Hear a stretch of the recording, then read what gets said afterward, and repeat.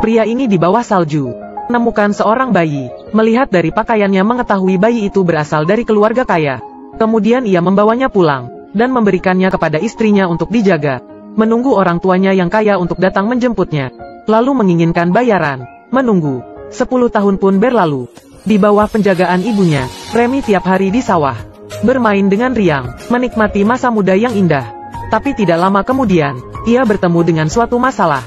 Ayah tirinya karena pekerjaan terjatuh dan kakinya patah, dan membutuhkan uang sebanyak 400. Ibu tirinya mengeluarkan semua uangnya tapi tetap tidak cukup. Ia pun menjual sapi peliharaan mereka ke tetangga.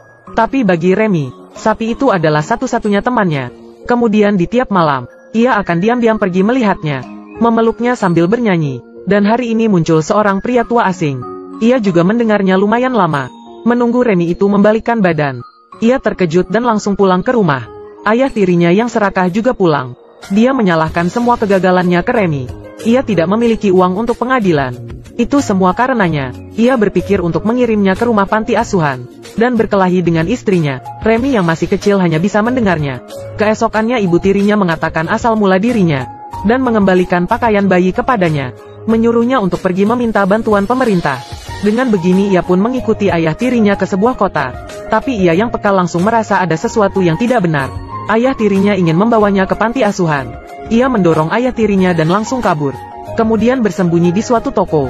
Tapi ayah tirinya membawa segerombolan orang, dan menangkapnya. Saat itu pria tua berkata, dia meminta ayah tiri untuk duduk.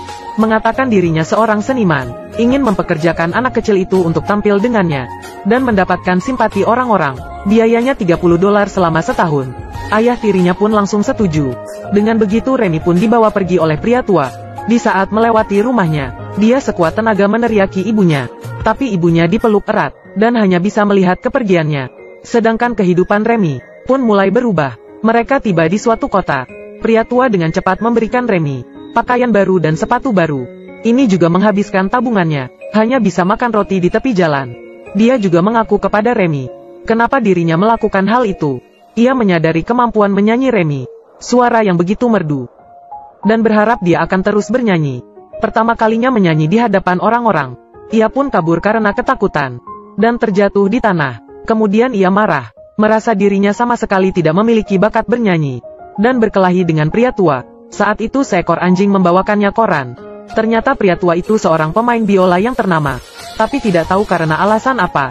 Ia memilih untuk menyamar. Ia mengatakan ke Remy harus selalu percaya diri. Dengan bakatmu pasti akan bisa menjadi seorang penyanyi. Setelah itu ia memberikan sebuah kayu ke Remy, dan mulai mengajarnya mengenal huruf. Remy mulai sambil belajar mengenal huruf, sambil belajar bagaimana bernyanyi. Akhirnya setelah 3 bulan, ia menuliskan sebuah surat selama hidupnya, dan menyampaikan kepada ibunya bahwa dia dalam keadaan aman. Ia juga mengatasi rasa takutnya. Matanya yang ditutupi kain pun dibuka, dan ia melihat dunia, memiliki suara yang indah.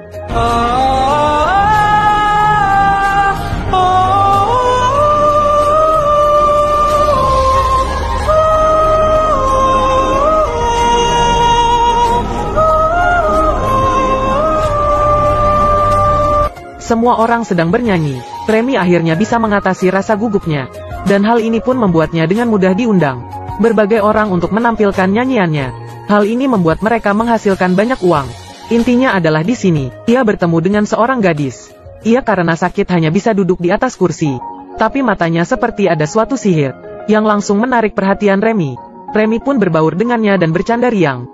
Hal ini membuat orang tua gadis itu merasa berterima kasih, karena mereka sudah lama tidak melihat gadisnya begitu bahagia.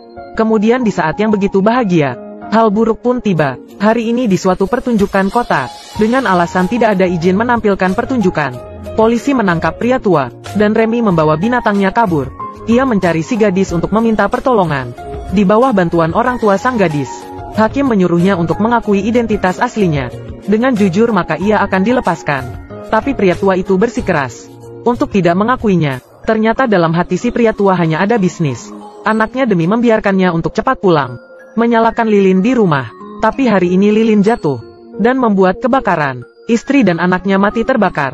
Saat itu ia pun memutuskan untuk menyamar dan tidak akan tampil lagi, menjadikannya sebagai hukuman. Dengan begitu ia dihukum 2 bulan di penjara. Remy juga untuk sementara tinggal di rumah sang gadis. Sang gadis tanpa sadar menyadari pakaian bayi Remy, lalu ia mengatakan asalnya kepada sang gadis. Hubungan keduanya semakin lama semakin baik, dan orang tua sang gadis sangat senang. Akhirnya pria tua keluar dari penjara. Ia ingin membawa pergi Remy untuk melanjutkan perjalanan, tapi ibu sang gadis ingin Remy untuk tetap tinggal dan menjadi pengurus rumah menemani anaknya. Hal ini dapat menyia-nyiakan bakat menyanyi Remy. Pria tua mengatakan dengan kemampuan Remy, dia suatu hari pasti akan menjadi penyanyi, dan sukses selalu datang melamar sang gadis. Tapi ibu sang gadis sama sekali tidak percaya. Dia sama sekali tidak bisa membayangkannya Remy bisa menjadi penerus keluarga kaya. Akhirnya Remy memutuskan untuk mengikuti pria tua pergi ke tempat yang lebih ramai, dan berjanji dengan sang gadis ia pasti akan kembali melihatnya. Tapi di saat pria tua memasuki hutan, ia terinfeksi TBC berat. Melewati perjalanan yang panjang, daya tubuhnya semakin melemah, hingga monyet kecil pun juga sakit. Kemudian mereka tiba di suatu hotel. Mereka mengeluarkan biaya untuk monyetnya cek dokter. Dokter mengingatkan pria tua itu juga harus melakukan pengobatan. Tapi uang mereka dari awal sudah habis. Demi mengumpulkan uang, ia akhirnya memutuskan mengeluarkan kembali biolanya. Dan di hotel, ia mengadakan suatu pertunjukan. Melodi yang indah ini mengejutkan semua bangsawan yang hadir. Tapi uang yang dikumpulkan masih tidak cukup. Saat itu seorang wanita menghampirinya. Dia mengenali pria tua itu dan menghargai keputusannya untuk menyamar, bahkan memberikannya emas, berharap dia bisa membantunya melewati kesusahan ini. Di saat mereka kembali ke kamar, monyet kecil sudah mati. Hal ini membuat Remy sangat sedih. Ia menguburnya di dalam hutan. Penyakit pria tua ini tidak bisa diulur lagi. Tapi hari ini Remy menerima sebuah surat kiriman dari sang gadis. Ia mengatakan dia sudah menemukan orang tua kandung Remy. Ternyata di saat mereka pergi, sang gadis menyadari pakaian bayinya dan Remy ternyata sama. Bahan kain seperti ini hanya keluarga bangsawan yang memilikinya. Ibunya kaget setelah mengetahui hal tersebut. Kemudian menggunakan segala cara, dan akhirnya mendapatkan informasi. Pria tua yang melihat surat itu juga tidak memedulikan penyakitnya, dan langsung bergegas membawa Remy pergi. Mereka menemukan seorang pengacara. Setelah melihat pakaian bayi itu, ia langsung mengetahui identitas Remy, dan bersiap membawanya kembali ke istana untuk bertemu orang tuanya.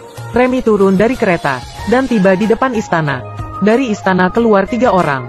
Wanita gemuk ini langsung memeluk Remy, dan mengatakan ia adalah anaknya. Benar-benar di luar dugaan, dan mereka sama sekali tidak terlihat seperti bangsawan. Dalam istana juga sangat berantakan. Sebelum pria tua itu pergi, ia memberikannya sejumlah uang besar. Ini menimbulkan kecurigaan. Seperti yang diperkirakan, di malam hari mereka memperlihatkan sifat asli mereka. Mereka ingin membunuh Remy, dan di saat mereka ingin melakukannya, pria itu dan anjing masuk, dan langsung memukuli mereka, memaksa mereka untuk mengatakan yang sebenarnya. Ternyata pengacara itu adalah paman kandung Remy. Saat itu demi merebut harta warisan, ia menyuruh orang untuk membunuh Remy. Tapi karena pembunuh itu tidak tega, ia membawanya sejauh mungkin ke Paris, dan memotong simbol di pakaiannya, lalu membiarkannya di bawah salju. Pria tua pun menanyakan tempat tinggal orang tua kandung Remy. Lalu mereka pun berangkat. Di perjalanan mereka diterpa badai salju. Sekuat tenaga menahan dingin mereka perlahan-lahan melaluinya. Kemudian bersembunyi di suatu tempat untuk saling menghangatkan. Situasi seperti ini mereka juga susah untuk melanjutkan perjalanan. Kayu bakar habis terbakar. Dia hanya bisa memeluk Remy ke dalam pelukannya, menggunakan tubuhnya untuk menghangati Remy. Hingga anjing membawa orang untuk menemui mereka. Pria itu sayangnya sudah meninggal. Ia menggunakan dirinya untuk melindungi Remy. Di saat Remy siuman, ia melihat seorang wanita yang cantik. Ia adalah ibu kandung Remy. Dan di saat itu pamannya datang, mengatakan Remy hanyalah seorang penipu, untuk menghalanginya. Tapi ibunya Remy melihat barang-barang Remy, mengetahui ia benar-benar anaknya. Keduanya pun akhirnya bisa bertemu. Dan pamannya yang sangat jahat juga mendapatkan hukuman. Kemudian ia mengukir nama asli pria tua di kuburannya, Vitalis. Kemudian ia pulang ke rumah ibu tirinya, dan memberikannya uang, agar dia bisa melalui kehidupan yang baik. Beberapa tahun kemudian Remy sudah menjadi seorang paman, dan membangun sebuah panti asuhan. Tiap kali Guntur, dia akan menceritakan ke anak-anak tentang kisahnya, dan gadis yang dulu ia temui. Saat ini juga dengan tenang tidur di sampingnya. Film ini didasarkan pada mahakarya Prancis, Anak Yatim Mengembara, suatu cerita yang mengharukan, dan memberikan hal positif. Kehidupan penuh dengan hal yang tidak diketahui. Hanya bisa terus melaju ke depan menghadapi bahaya, baru bisa mendapatkan suatu kesempatan. Aku adalah Dongfang. Terima kasih sudah tonton.